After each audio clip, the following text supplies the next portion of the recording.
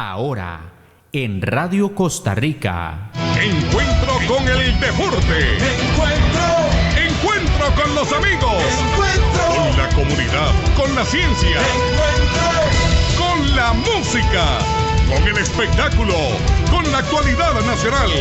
Con la actualidad internacional. Encuentro.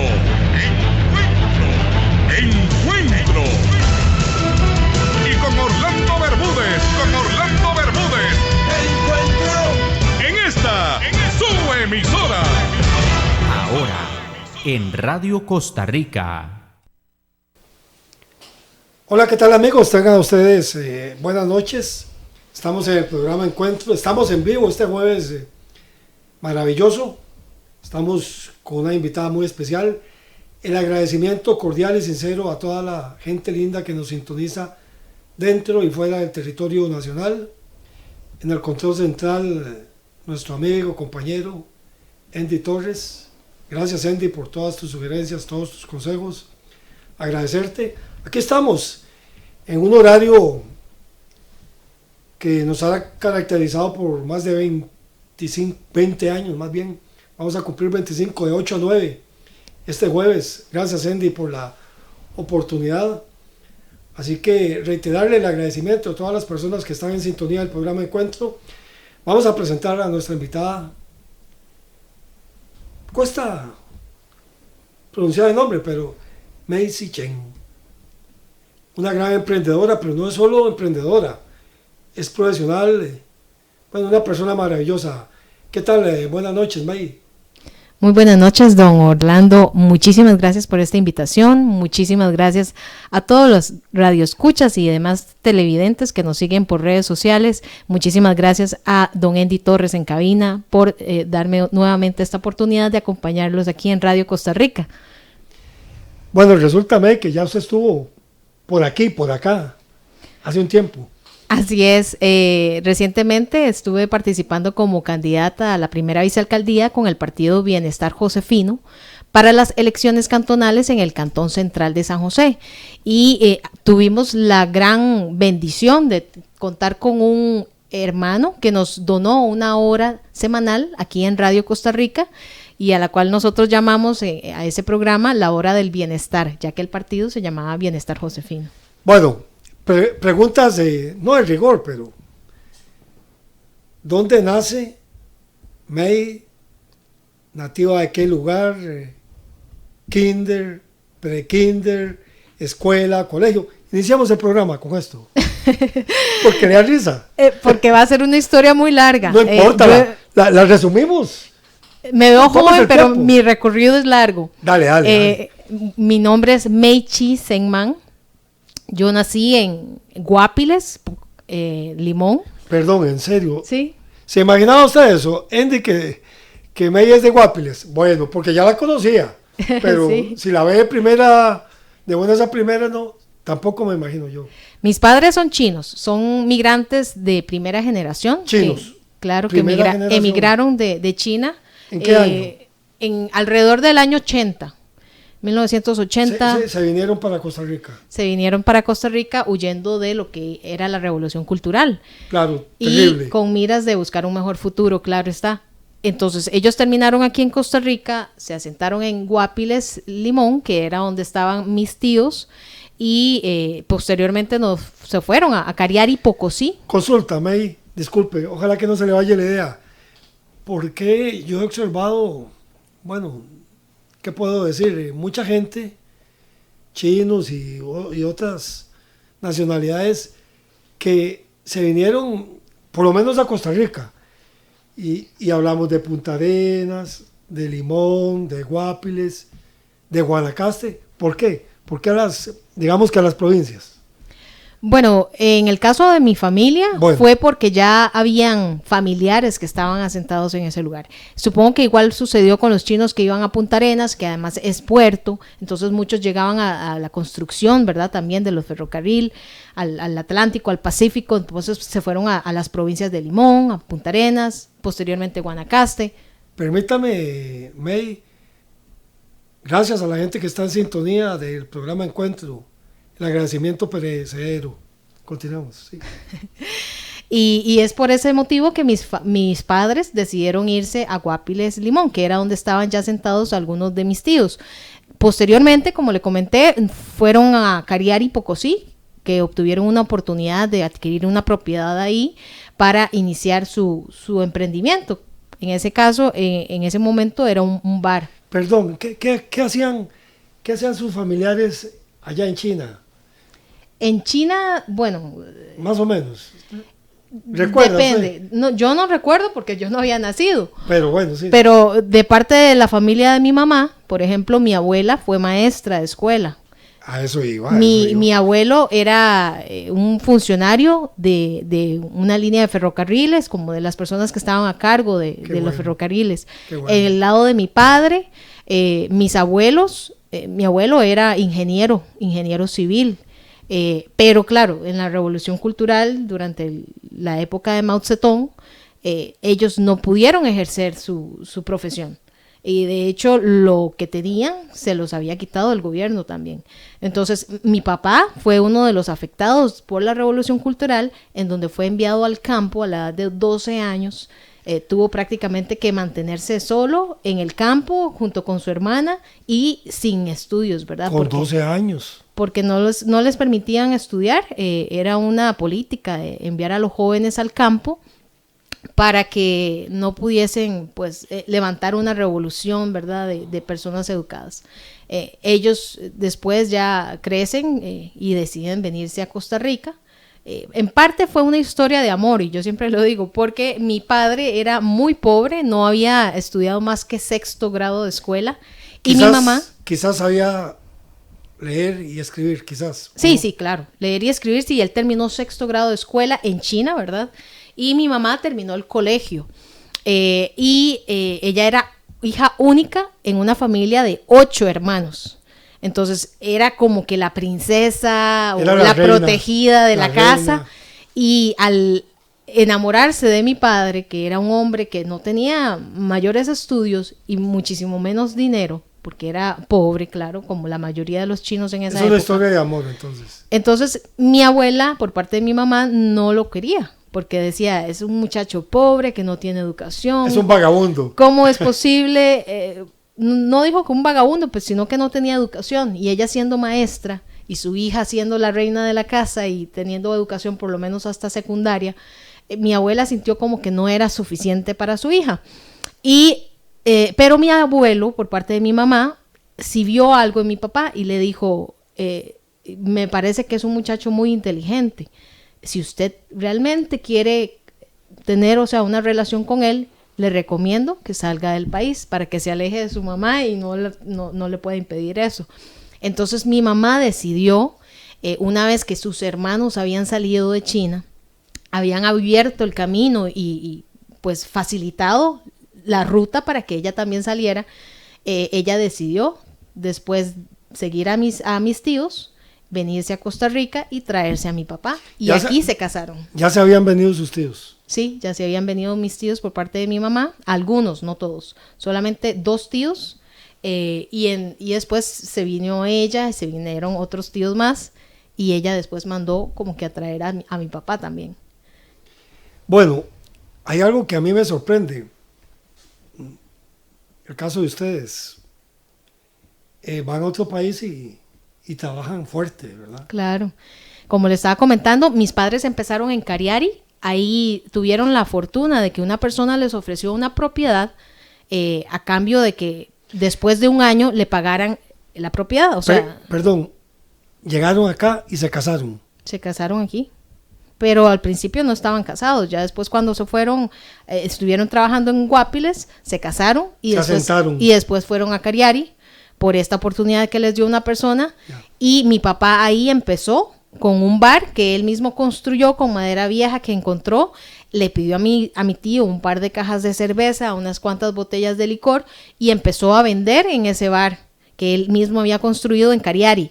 Y él dormía debajo del mostrador.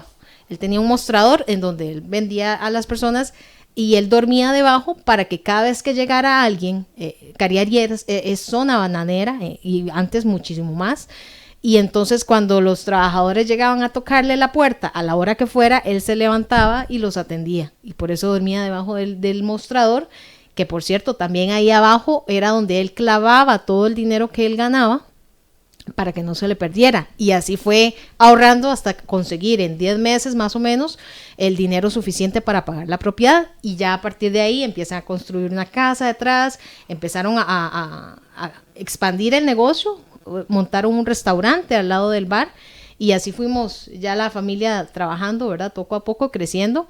Entonces ya teníamos en Cariari, en el puro centro, al frente de la parada de buses, un bar, un restaurante y una tienda. Y yo recuerdo que a los 5 o 6 años yo trabajaba de mesera en el restaurante, después de ir al kinder, que estaba ahí en la escuela Campo Kennedy, la única escuela pública que había en ese pueblo. Y después de clases yo iba a trabajar como mesera y fue una de las lecciones de vida que me dejaron mis padres, el trabajar, ¿verdad? Y que el esfuerzo y el trabajo siempre rinden sus recompensas. Mi papá me enseñó a sacar cuentas, entonces él decía, si usted saca aquí la cuenta, salonea, le agrega el 10% del servicio y ese 10% es suyo. Entonces yo ahí empecé a sacar cuentas, ¿verdad? Aprendí de muy temprana edad a sacar cuentas, a trabajar y a ahorrar.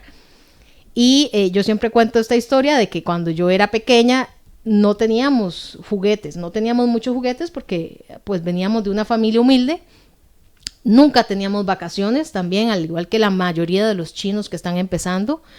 Y yo quería, como cualquier niña, tener una Barbie Mattel.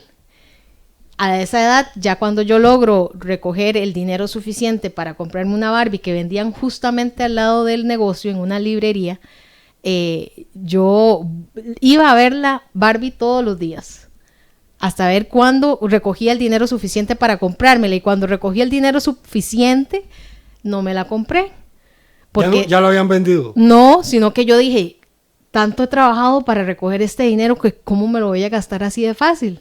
Entonces yo dije, no, voy a trabajar hasta conseguir el doble. Y si la Barbie sigue ahí, me la compro. Y si no, no. Resulta que trabajé, conseguí el doble, estaba ahí la Barbie y me la compré.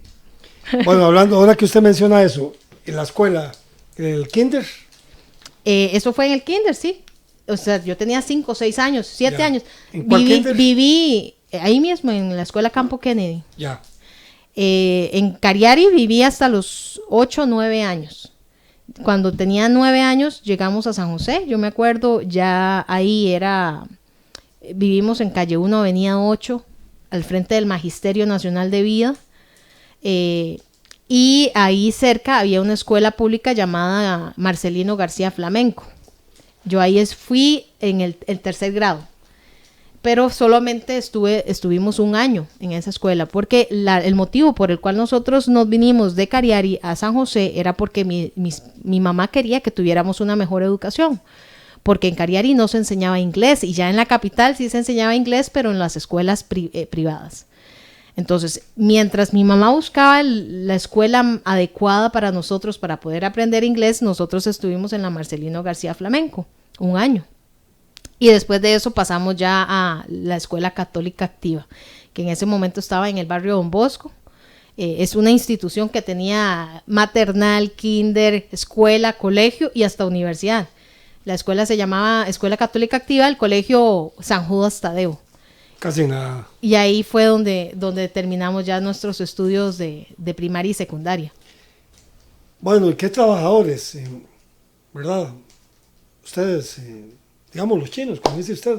Sí, se sabe, o sea, aguantan mucho, sacrifican mucho su vida personal. En pro de la vida familiar, ¿verdad? Eso es algo que tal vez en Occidente no se practica mucho, ¿sí? No es cultural. Porque en Occidente casi siempre se enseña a buscar el bien individual, todo es para mí. En cambio, en China se enseña más como una forma de pensamiento colectivo, en donde hay que pensar en el bien común, no solamente familiar, sino también a nivel comunitario. Entonces, los chinos sí tienen esta filosofía de siempre trabajar, o todo lo que se hace es en pro de la familia, no como algo para mí. Entonces es por eso que se sacrifican mucho. Los chinos sacrifican mucho su vida personal pensando en las generaciones futuras. Y eso es algo que sí hay que aprender, ¿verdad? Del mundo oriental. Muchas cosas. Sí, muchas cosas. Eso es algo por eso de lo que hay que aprender. Ahora, aprovechando su presencia por acá, May, a mí me han dicho, bueno, es que usted no lo puede decir a un japonés o a un taiwanés chino porque se enojan. ¿Cuál es el asunto?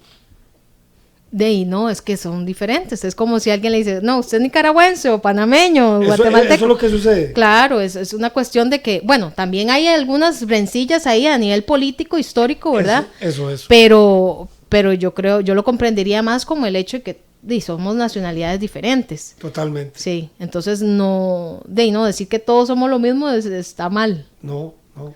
Y Sí. también que nos parecemos está mal, pero claro, yo entiendo que los occidentales les cuesta mucho diferenciar los rasgos orientales, ¿verdad? Si son de China, de Japón o de Corea, pero para los que sí somos de allá, ¿verdad? El acento sí, y todo, ¿verdad? Sí los distinguimos.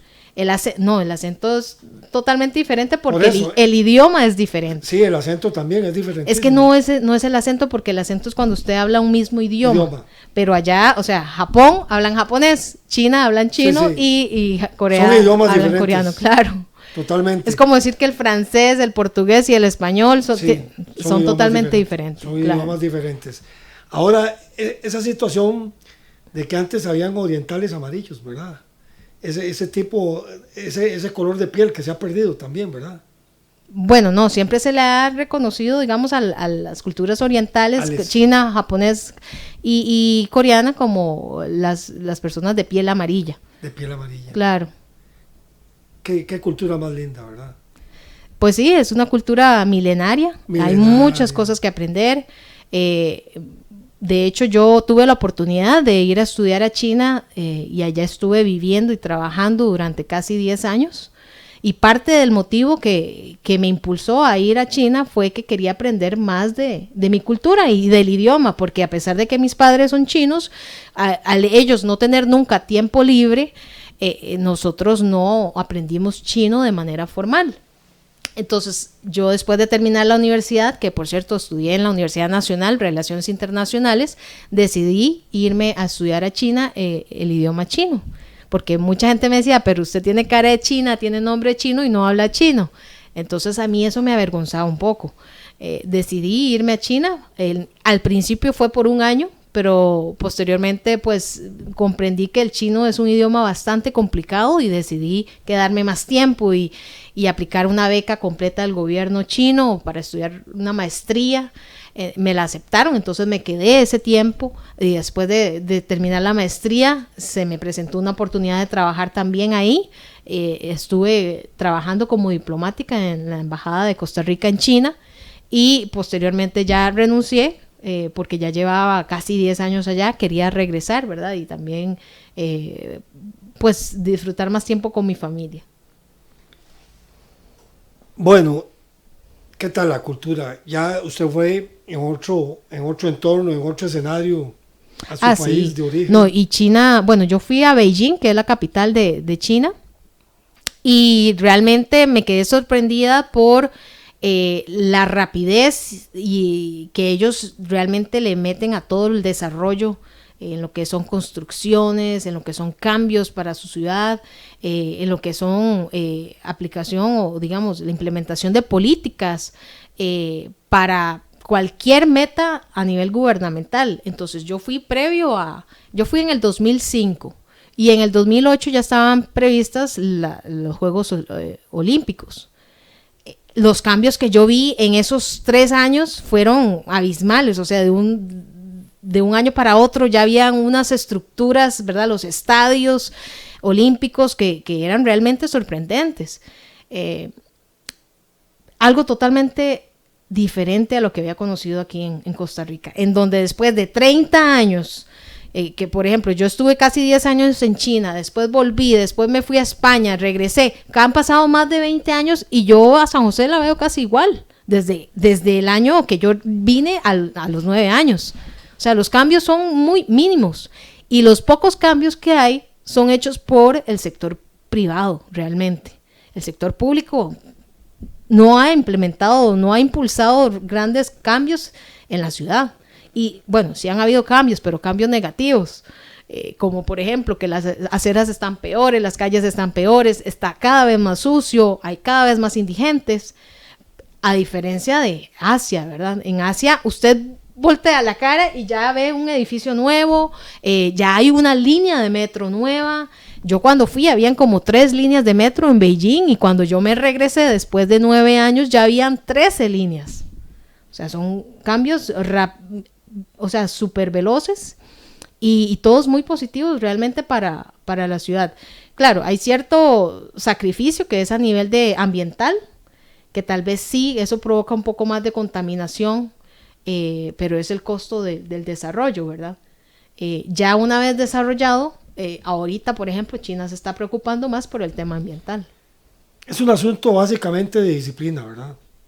Mucha disciplina. Claro, hay muchas cosas, pero... Sí, mucha frugalidad, digamos, también, el sentido del ahorro de los chinos, el sentido, como le mencioné, la búsqueda del bien común en vez del beneficio propio, hace una gran diferencia también a nivel comunitario.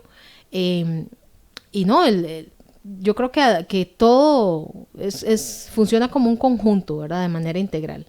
El gobierno siempre marca la ruta a seguir y claro, creo que mientras se cumplan esas metas, pues la sociedad puede seguir avanzando.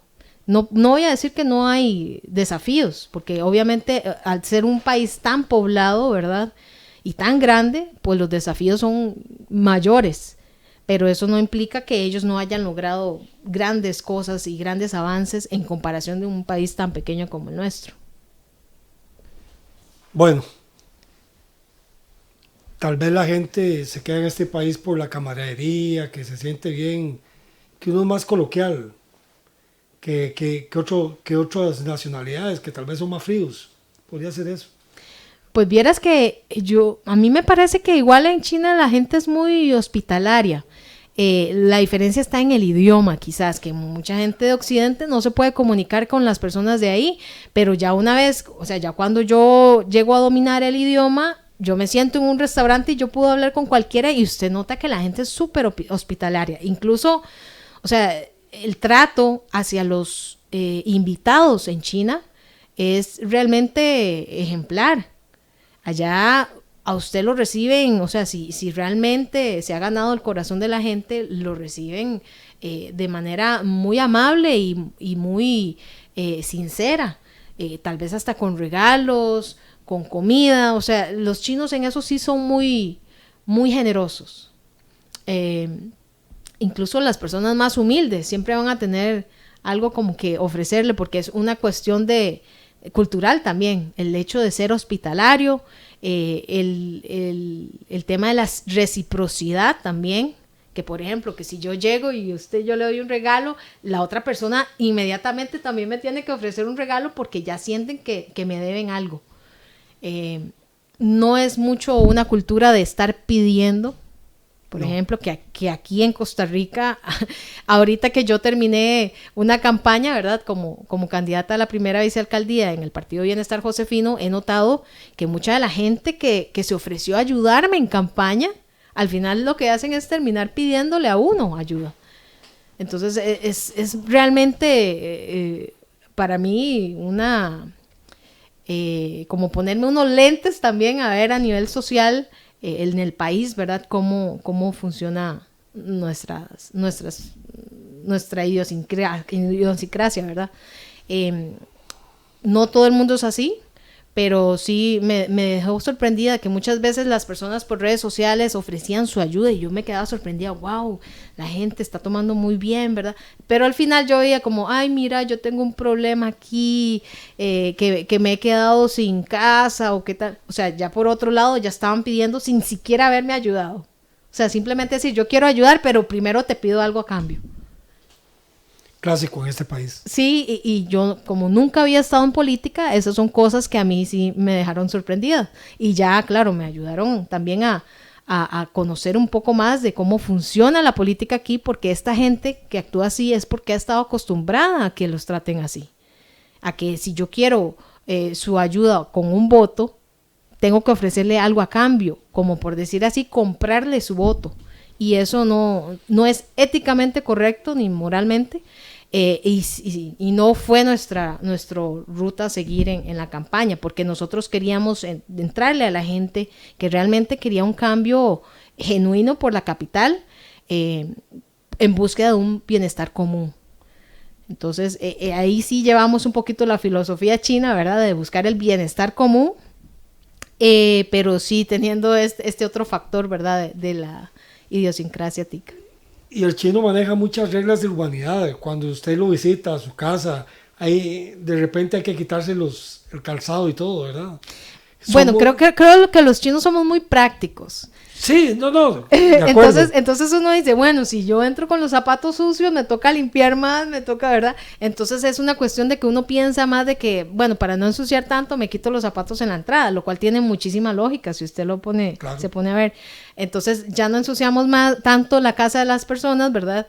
Y a la misma vez, o sea, yo como lo estoy recibiendo a usted, me siento bien de que está aquí, pero no me está ensuciando. Yo diría que es algo más por practicidad. Los chinos somos muy prácticos y a veces la gente también critica por qué todos los chinos viven arriba del negocio. Aquí que hay tantos negocios, restaurante, pulpería, qué sé yo, usted ve, los chinos o viven o arriba o viven atrás, ¿verdad?, del negocio. Y yo digo, ¿y por qué no?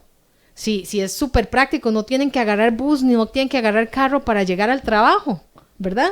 Y la gente piensa que eso es algo negativo y yo más bien lo veo como algo positivo, porque tal vez yo tengo esa mentalidad de practicidad china, ¿verdad?, en donde yo digo, si me logro ahorrar media hora, 1 hora de transporte o 2 horas de transporte diarios para llegar al trabajo, prefiero quedarme ahí. No, yo estoy de acuerdo con usted. Anteriormente pensaba diferente, pero ahora también extranjeros van, se montan un negocio y viven a la par.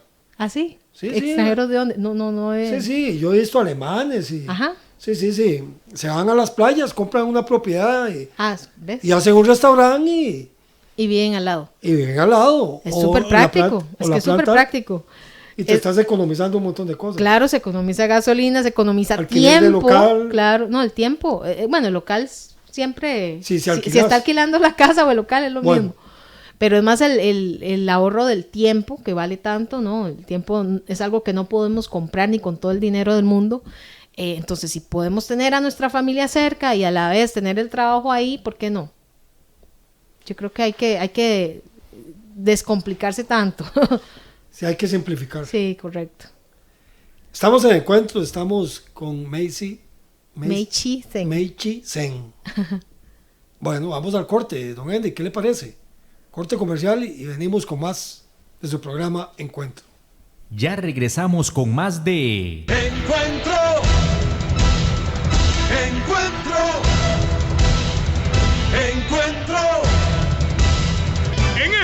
En su emisora. Ahora en Radio Costa Rica, todos los jueves a las 8 de la noche. Hola, ¿qué tal, amigos? Les habla Gustavo Rojas y los invito para que sigan escuchando Encuentro. Para el programa Encuentro les mando un fuerte abrazo y muchas bendiciones, su amigo Sandro Celada, de la única internacional Sonora Santanera. ¿Qué tal a nuestros amigos del programa Encuentro desde aquí, desde su hermoso país, Costa Rica? Reciban un fraternal abrazo con mucho cariño de parte de sus amigos de la única, la internacional Sonora Santanera. Encuentro. Ahora el programa Encuentro para Costa Rica y el mundo. Por medio de nuestra página radiocr.net. Aplicaciones. Transmisión en vivo por Facebook Live. Canal de YouTube. Y nuestro WhatsApp 8810-7575. Ahora, el programa Encuentro para Costa Rica y el mundo. Encuentro en su emisora. Radio Costa Rica.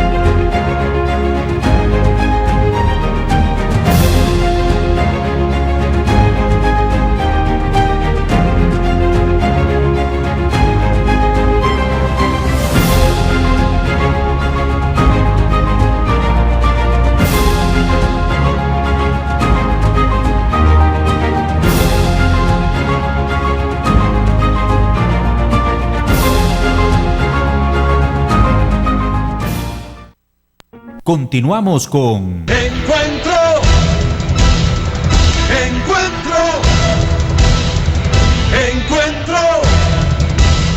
En esta, su emisora. Ahora en Radio Costa Rica, todos los jueves a las 8 de la noche. Así es, estamos en programa Encuentro con Mei Chi Sen, excelente profesional, excelente ser humano. Mei, hablemos un poco de la parte profesional, tu paso por China, aparte de ir, resarcirse de esa cultura milenaria, tus estudios. También hablemos de los estudios en España y toda esta parte profesional en que te han galardonado. Sí, bueno, yo viví casi 10 años en China, donde estuve mejorando y perfeccionando el idioma chino. Ya manejaba el idioma inglés, español, había estudiado también francés en el colegio, y en China incluso traté de aprender un poquito de ruso, posteriormente también intenté con portugués, pero es más como por una sed de saber, ¿verdad? Propia. Me gusta mucho aprender, de hecho soy una aprendiz eterna, digo yo. En China, después de la maestría que realicé en la Universidad de Tsinghua, que es prácticamente una de las mejores universidades en China, viene siendo como en el mismo nivel de Harvard y Stanford de Estados Unidos, pero para China. De esa universidad se graduó el presidente chino Xi Jinping y el expresidente chino Hu Jintao. Entonces, realmente es una universidad de gran renombre. Y después de que yo termino la maestría, se me presenta la oportunidad de trabajar para la Embajada de Costa Rica en China. Maestría en Relaciones Internacionales. Y luego trabajé en la Embajada de Costa Rica durante 3 años. Esta experiencia de vida, de estudio, de trabajo en China me permitió posteriormente, cuando ya regreso a Costa Rica, e inicio unos emprendimientos, ¿verdad?, familiares, lo que es una farmacia, una soda en el centro de San José, para probar en realidad y también para trabajar con mi hermana. Se me presenta la oportunidad de empresarios que me piden que los asesore para la compra de productos en China e incluso para representarlos en China. Entonces se me presentó un primer cliente interesado en adquirir productos en China y quería que lo llevara a China personalmente a realizar esas compras y yo así fue como empecé. Fuimos a China, me gustó muchísimo la experiencia de poder volver otra vez a China, practicar el idioma y en otro escenario también. En otro escenario y volver siempre a Costa Rica, ¿verdad?, para estar más tiempo con mi familia. Entonces fui aprovechando estas oportunidades que se me presentaron de pequeños empresarios y posteriormente grandes empresas para asesorarlos en materia de negocios con China. Entonces ya cuando eso sucede veo como que se va haciendo más fuerte mi trabajo en ese área de consultoría. Decido pues cerrar lo que es la farmacia y la soda y dedicarme solamente al tema de la consultoría. Creo la empresa que se llama Inlujer Consulting Group, que pueden buscar el sitio web, es inlujer.com, y nosotros brindamos, digo nosotros porque es una empresa que yo fundé junto con mi esposo, que es ingeniero en telecomunicaciones, tiene un doctorado, pero también es ingeniero eléctrico y actualmente también es programador, prácticamente como un ingeniero en sistemas también. Él se encarga de toda la parte tecnológica y técnica de la empresa. Y yo me encargo más de la parte de interpretación, de coordinación y lo que es ya consultoría general en negocios para las personas que quieren adquirir productos o realizar viajes a China. Desde el 2016 prácticamente que estamos con este proyecto, y en el 2019 yo decidí tomarme un año sabático. Entonces yo dije, bueno, quiero tomarme un descanso. Un año sabático. Un descanso, bueno, porque, claro, en el último año había viajado como 5 veces a China. Además estaba trabajando por otro lado como intérprete en una transnacional, intérprete de chino, español, inglés, con la finalidad siempre de seguir practicando el idioma, porque el chino, si no se practica, se pierde. Entonces ya yo estaba como saturada de trabajo y yo dije, quiero tomarme unas vacaciones, pero no quiero que sean vacaciones en vano. Entonces fue ahí cuando busqué la oportunidad de sacar una segunda maestría en España, y me dan una beca completa. Esta beca la consigo en la página de la Cancillería, el Ministerio de Relaciones Exteriores, y me otorgan una beca 100%. Entonces decido irme junto con mi esposo a Madrid con la intención de ir a conocer más Europa. Porque dije, bueno, ya viví en China, ¿verdad? Y ahí tuve la oportunidad de viajar en varios países de Asia, igualmente al interior de China. Entonces quería ahora tener la experiencia europea. y decidí irme para Madrid. En octubre del 2019 llegamos a Madrid, y ya a partir de noviembre empiezan a aparecer las primeras noticias de los infectados, ¿verdad? Con lo que posteriormente se conoció como el COVID-19. Entonces en Madrid, a partir de más o menos febrero o marzo, inician lo que es el confinamiento estricto. Y justamente yo estaba embarazada de mi primer hijo en ese momento. Entonces, claro, era un temor porque había mucho desconocimiento alrededor de este virus. No sabían cómo se afectaba a las embarazadas, no se sabía cómo afectaba a los recién nacidos. Entonces, claro, el respeto nuestro hacia ese confinamiento estricto fue absoluto.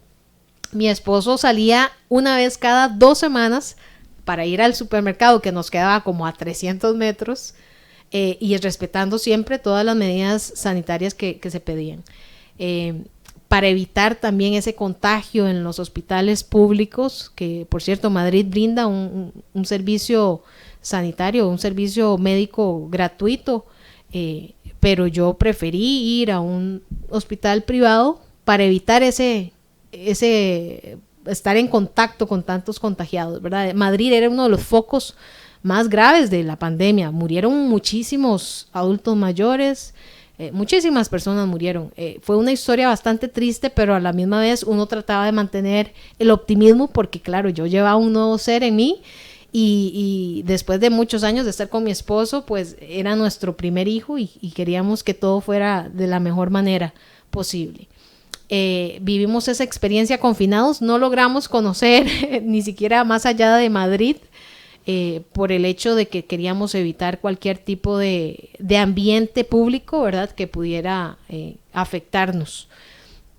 Después de que mi hijo nace, alrededor de cuando él tenía 9 meses, me entero que mi padre había enfermado aquí en Costa Rica, y de manera urgente tenía yo que hacer todo el papeleo del registro del bebé, solicitud de pasaporte, para ver si lograba llegar a ver a mi papá y que él conociera a mi primer hijo también, que por cierto se llama igual que él, William.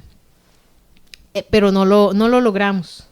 Mi papá duró 3 semanas después de que me dijeron que estaba enfermo, pues el pasaporte me lo dieron a las 4 semanas. O sea, prácticamente mi papá fallece y a los 2 días me dan el pasaporte de mi hijo. Entonces ya no había nada que hacer, no podíamos retroceder el tiempo ni llegar a tiempo tampoco a despedirnos. Después de ese incidente decidimos regresar en el 2021, y bueno, ya llevamos 2 años aquí, nuevamente retomando el trabajo que había hecho con el tema de la consultoría y el desarrollo de soluciones tecnológicas. Empezamos a lo que es diseño de aplicaciones móviles también para clientes en China, clientes también aquí a nivel nacional, pero siempre brindamos los mismos servicios de consultoría. Igual tengo clientes que me piden ahora productos para traer de China, pero ya no, digamos, después de la pandemia, todo lo que eran viajes a China, yo lo cancelé, ¿verdad? Lo detuvimos, de hecho, porque además los boletos aéreos subieron casi que al 500%. Entonces, todo lo que son viajes lo he detenido. Hasta el momento, solamente he realizado viajes a Estados Unidos, que también tenemos unos clientes allá, pero ya a China ya llevo como 3-4 años que no voy. Retomando el asunto de los estudios en Madrid, ¿en qué universidad? estaba en la universidad, se llama Next IBS, Next International Business School, que era un título, una doble titulación con la Universidad de Salamanca, que era una maestría en negocios internacionales, que fue lo que yo quería ir cambiando más o menos al tema de los negocios, porque siempre había tenido pues un interés más hacia el tema de los negocios y de la administración de negocios. Posteriormente, ya cuando llego aquí a Costa Rica, pues siento igual esta necesidad de seguir aprendiendo, pero esta vez quería algo diferente. Aplico a una beca de una universidad estadounidense a distancia y obtengo una tercera beca completa para una institución que se llama Quantic School of Business and Technology, que es de Estados Unidos, y me dan una beca también 100%, y terminé mi tercera maestría en administración de negocios, una maestría ejecutiva. Y esta la terminé en el año pasado, justamente. Y después de que terminé la maestría, tuve a mi segunda bebé. Y a los 2 meses me llegó este otro desafío de participar como candidata a la primera vicealcaldía del partido Bienestar Josefino para las elecciones municipales que acaban de pasar hace poquito, ¿verdad? El 4 de febrero. No quedamos electos, pero fue una gran experiencia para alguien que nunca había estado en política. Bueno, ¿y qué le digo? ¿Cuál fue el gusanillo por meterse en política? Digamos, en este caso, a nivel de alcaldías. Bueno, yo nunca había realmente ni me había propuesto ni había pensado en meterme en política, porque la política siempre ha tenido una denotación negativa. Yo soy parte de esos costarricenses que piensan que los políticos son todo lo mismo, que al final nadie va a cambiar nada, que realmente podemos vivir sin política. Así era como yo pensaba, hasta que se me presenta la oportunidad de poder participar y yo digo, mira, sí, en San José hay tantas cosas que hay que cambiar. Yo llevo 30 años de conocer a la capital de la misma manera en como la he visto, y ya después de haber vivido en China, de haber vivido en España, yo digo, ¿por qué no podemos tener una capital que nos dé realmente calidad de vida? Porque no es solamente el desarrollo a nivel de infraestructura, es también la sensación de seguridad que uno siente al andar por las calles. Y ya ahorita yo con hijos, decir, mira, quiero salir a darme un paseo, ¿verdad?, con mis hijos, y aquí en San José yo no lo puedo hacer. No lo puedo hacer primero porque no está la infraestructura, las aceras son terribles, no se puede andar en coche. Segundo, que me da miedo porque si llegan a asaltarme y yo con los niños, ¿cómo me defiendo y cómo defiendo a mis hijos? Entonces, esta sensación de saber que yo soy madre y estoy en un país que no me da la seguridad que yo tenía cuando yo vivía en Beijing y cuando yo vivía en Madrid, y yo digo, ahora yo no puedo huir a otro país con 2 niños. O sea, tengo que cambiar el ambiente en donde yo estoy para que mis hijos puedan crecer de la mejor manera y que yo no tenga que huir con ellos. Entonces, este gusanito que se me presentó la oportunidad de una amistad de la universidad que me invitó a formar parte del partido, le pido información del partido, quiero conocerlo, quiero saber cuáles son sus pilares, cuáles son sus principios, cuál es la meta que tienen. Y yo dije, bueno, me gusta todo lo que veo, es un partido nuevo, eso sí, no había muchas probabilidades de que fuese a ganar, pero bueno, había que intentarlo. Y decidí entrar con esta mentalidad de que yo quiero cambiar a San José porque quiero que mis hijos tengan un mejor lugar para vivir y no quiero tener que huir de mi país con mis niños, ¿verdad? Y es por eso que yo acepté el reto. Justamente después de que acepté el reto, me pasó un incidente que me hizo reafirmar ese objetivo que yo tenía de mejorar San José, porque se me habían metido un par de delincuentes en el apartamento que teníamos en el centro de la capital, sobre Avenida Segunda, al lado del Arco Chino, o sea, un lugar súper visible y muy céntrico. Y se metieron estos par de delincuentes a un 3er piso, que es donde tenía el apartamento, y no solamente se robaron las cosas de valor, sino que también iniciaron un incendio. Se quemó todo lo que tenía adentro. Y ahí fue que yo dije, realmente la política sí importa. ¿Por qué? Porque hay temas que nosotros no podemos controlar como ciudadanos. Y a nivel personal no podemos controlar el estado de la seguridad de la ciudad. pero a nivel de gobierno sí se pueden tomar medidas y tomar políticas públicas para cambiar eso. También el tema de las aceras, que yo decía que incómodo, el tema de la iluminación, de la basura, de la suciedad. Yo dije, estas son cosas que yo como ciudadano no puedo controlar para mi vida, sino que tengo que estar en el gobierno para realmente lograr un cambio. Entonces son este cúmulo, digamos, de factores los cuales me hicieron tomar la decisión y reafirmar que esa decisión era la correcta. Que no logramos el objetivo en esta ocasión es otra historia, pero eso no me quita la sensación de querer cambiar la ciudad o querer cambiar el país por mi familia y por el resto de las personas que viven en este país, que realmente merecen ver sus impuestos bien invertidos. Y todos tenemos la necesidad realmente de crear oportunidades para mejorar la calidad de vida de todos los ciudadanos. Bueno, yo a lo largo de mi vida he observado que políticos juran, levantan la mano derecha y juran lo que prometen en campaña, pero no lo hacen al final. Pero son las mismas personas que han estado años en política.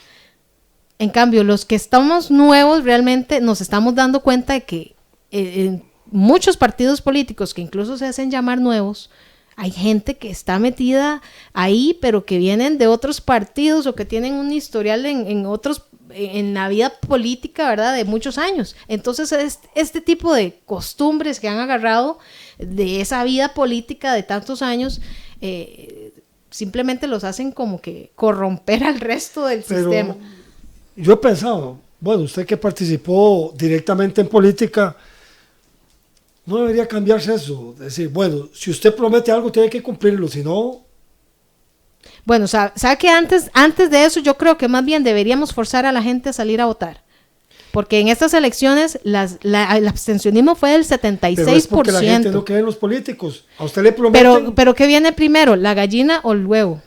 ¿Verdad? Si la gente no sale a votar por las opciones que sí hay, o sea, nosotros éramos una opción totalmente nueva, ninguno de los candidatos habíamos estado en política y todos preparados a nivel académico y de experiencia laboral. Teníamos un candidato que había sido gerente general de Cope Montecillos y Cope Victoria. O sea, teníamos una papeleta de lujo, ninguno de los tres en política. ¿Y la gente salió a votar? No. Menos gente salió a votar de la que votaron en las elecciones pasadas. Anteriores. Entonces yo digo, deberíamos primero castigar a los costarricenses que no salen a ejercer su deber al voto. Estamos en un sistema político democrático. No todos los países tienen una democracia y no sabemos aprovecharla. Bueno, si no se sabe, si no entiende por las buenas, entonces pongamos una multa. El que no vote, que pague una multa. Y que esa guachavita de dinero que se cree, pues que sirva para hacer algunos otros proyectos públicos que tal vez los políticos de siempre no hacen. Bueno, hasta donde yo sé, el voto es obligatorio, ¿verdad? Pero lo que pasa es que no en la práctica es otra. Pero también... No es obligatorio. Es secreto, pero no es obligatorio. Es un deber que la mayoría de los costarricenses no ejercemos. Mucho más a nivel del Cantón Central de San José, los josefinos no están saliendo a votar, el 76% no salió a votar. Creo que si no se sale a votar, no hay derecho a exigir. No hay derecho a demandar, porque si no salieron a hacerse escuchar, ¿qué van a exigir entonces a los políticos? Me parece que es un asunto de credibilidad, por eso la gente no vota, porque no creen los políticos. Pues hay que hacer algo, ¿verdad? Insisto, que viene primero la gallina o los huevos. Si usted dice, no, bueno, cambiemos al político, ¿cómo se cambia si no salen a votar? Yo creo que, a mí me parece que debería existir que a uno le ofrezca un buen producto y uno escoger el producto. Habíamos 13 productos en esta campaña. Y buenos. No sí, todos buenos, pero nuestra papeleta era muy buena y nuestra propuesta era muy buena y la gente igual no supo distinguirlo. ¿Por qué? Porque el problema también está en que mire qué contradictorio es una campaña que usted dice que es un producto bueno, el que gasta un montón en propaganda, lonas, banderas, que al final se lo cobran al Estado como deuda política y que viene de nuestros impuestos, o la opción buena es la que gasta menos, la que no está usando deuda política, pero que a la misma vez no se da a conocer porque no está visible No lo a entiende los el demás. pueblo eso. Entonces son una serie de cosas muy contradictorias que no funcionan y la gente no sabe que existe una opción buena porque no nos estamos haciendo visibles, porque no estamos gastando el dinero, porque no queremos tampoco gastar de la deuda política. Entonces, no es que no hayan opciones. Ahorita yo lo viví. Habíamos una opción muy buena y la gente no salió a votar. Entonces yo diría, mejor forcemos a la gente a votar. El hecho de que usted ponga una multa a lo mejor los obligue a estudiar las opciones que hay en cada campaña política para que salgan a votar por la mejor opción. Si la gente no se lo obliga, no salen a votar y no investigan nada, se dejan llevar por lo que dice el vecino, por lo que dice el influencer, ¿verdad? Por TikTok, que a lo mejor no sabe nada de política, pero que tiene seguidores porque, no sé, porque le gusta mostrar su cuerpo, por ejemplo. Otro tema es ese. Entonces, Terrible. no es posible que la gente tome decisiones tan importantes basados en cosas tan superfluas. Yo insisto, hay que obligar a la gente a salir a votar. Habíamos opciones buenas y la gente no lo supo, o no lo notó, no quiso, no lo sé, pero creo que entonces habría que obligarlo. Hay otro asunto con la tecnología, para no hablar de redes. Uh-huh. May, se ha perdido la parte personal, la parte humana, que usted y yo estamos a 1 metro de distancia y estamos hablando. Y ahora se habla por mensajes, de texto, de voz, ya no hay una llamada ni siquiera. Eso puede haber influido también en la política, esa parte personal. Bueno, primero yo creo que más bien la tecnología puede ayudar, porque ahorita estamos usted y yo en persona y hablándonos, pero por ejemplo yo no usaba TikTok antes de la campaña. En realidad yo abrí mi cuenta TikTok hace 3 meses y me he dado cuenta que es una herramienta súper buena para estar en contacto con la gente. Yo puedo realizar un en vivo y hablar con la gente, interactuar con la gente por ahí. O sea, tal vez yo no veo sus rostros, pero ellos sí me ven a mí. Pero ellos me pueden escribir, me pueden enviar preguntas, comentarios, lo que sea, para conocerme un poco más, si ese fuera el caso. Entonces yo creo que más bien la tecnología nos puede acercar en ese la parte positiva. Sí, pero en esta campaña me di cuenta que en realidad la influencia de las redes para la toma de decisiones no es tan fuerte como yo creí. Porque también, claro, la gente dice, no, ahora, por ejemplo, Bukele ganó porque maneja mucho las redes sociales. Tal vez a nivel de una elección nacional podría ser, pero a nivel de una elección cantonal es muy difícil porque uno no puede realmente seleccionar el público que lo está viendo. Y a nivel cantonal, los que votan por ustedes, o sea, los que votan por los partidos digamos que están participando en las elecciones municipales son solamente las personas de cierto cantón, ¿verdad? O sea, el cantón central solo para el cantón central, el cantón, no sé, de Moravia solo para Moravia. Y en las redes sociales no se puede seleccionar ese público así por cantón. Pero a nivel nacional el mensaje sí llega para todos y es más fácil. A nivel cantonal me di cuenta que no es tan efectivo. Lo que es más efectivo pareciera ser el tema de hacerse visibles con la parte personal. No, la parte personal, o sea, de las visitas estas, exacto. Pero requiere de mucho tiempo. Entonces, nuestro partido sí era bastante nuevo, ahí nos hizo falta tiempo. El que ganó llevaba 8 años haciendo campaña, porque era un regidor de un partido, después se creó su propio partido y bueno, y la gente creyó que era nuevo, ¿verdad? Pero simplemente está disfrazado.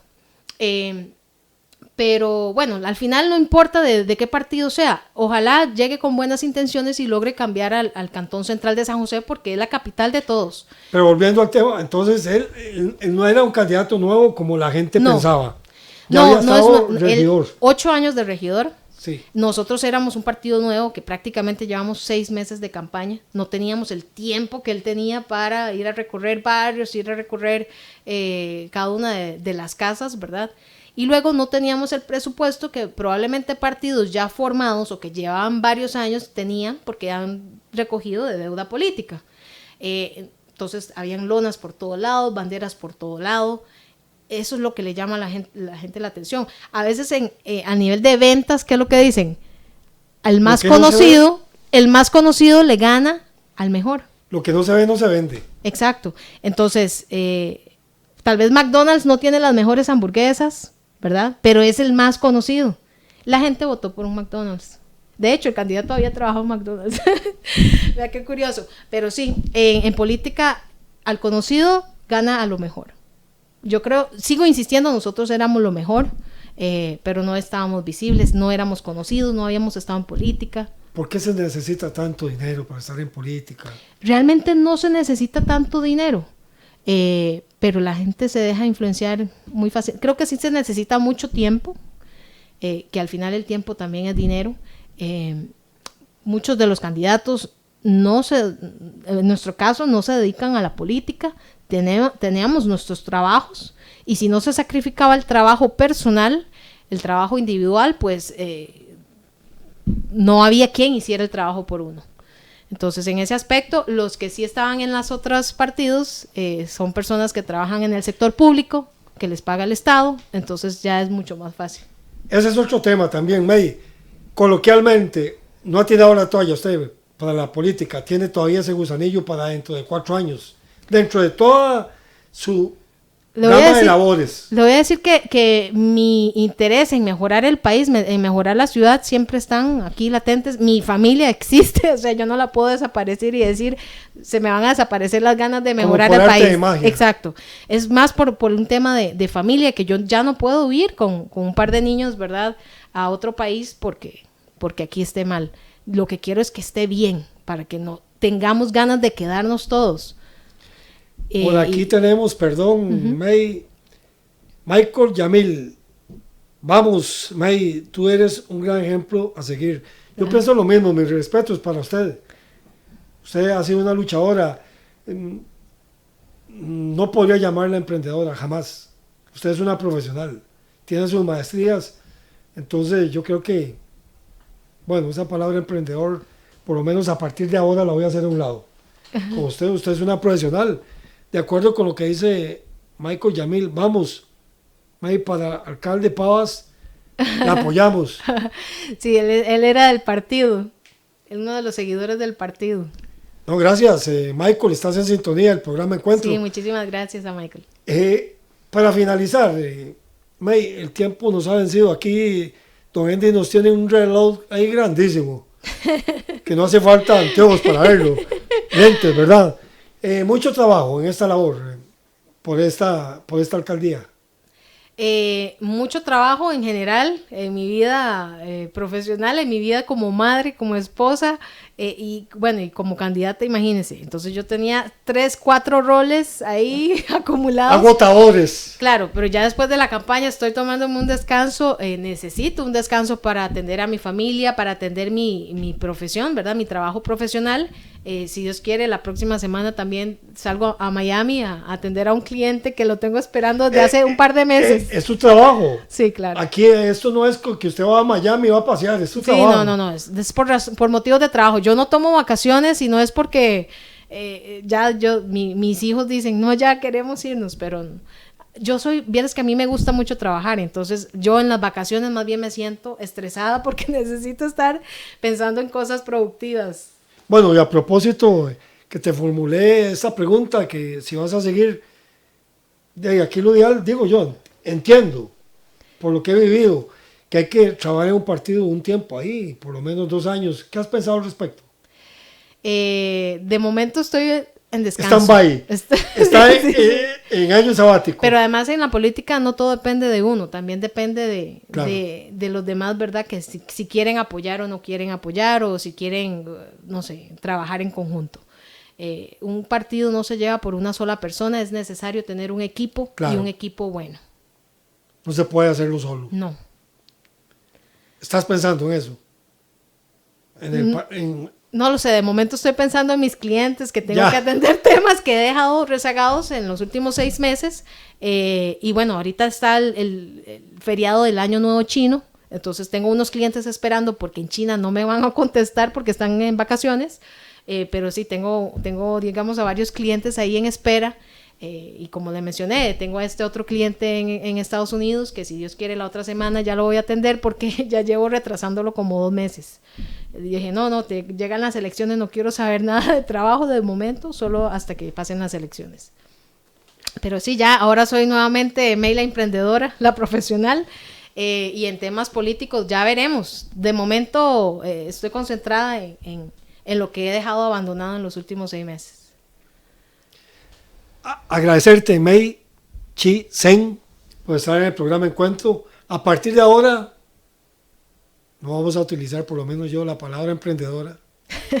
Es una profesional, todo lo que haga es profesional. Nada de emprendimientos. Así que agradecerte tu presencia por acá, May, de verdad, muy amable. A usted, Andy Torres, el control central, a la gente que nos ha sintonizado, el agradecimiento, de verdad, sincero. Gracias por estar con nosotros. Buenas noches. El próximo jueves a las 8 de la noche. Encuentro. Y con Orlando Bermúdez. Encuentro. En esta, su emisora. Ahora, en Radio Costa Rica.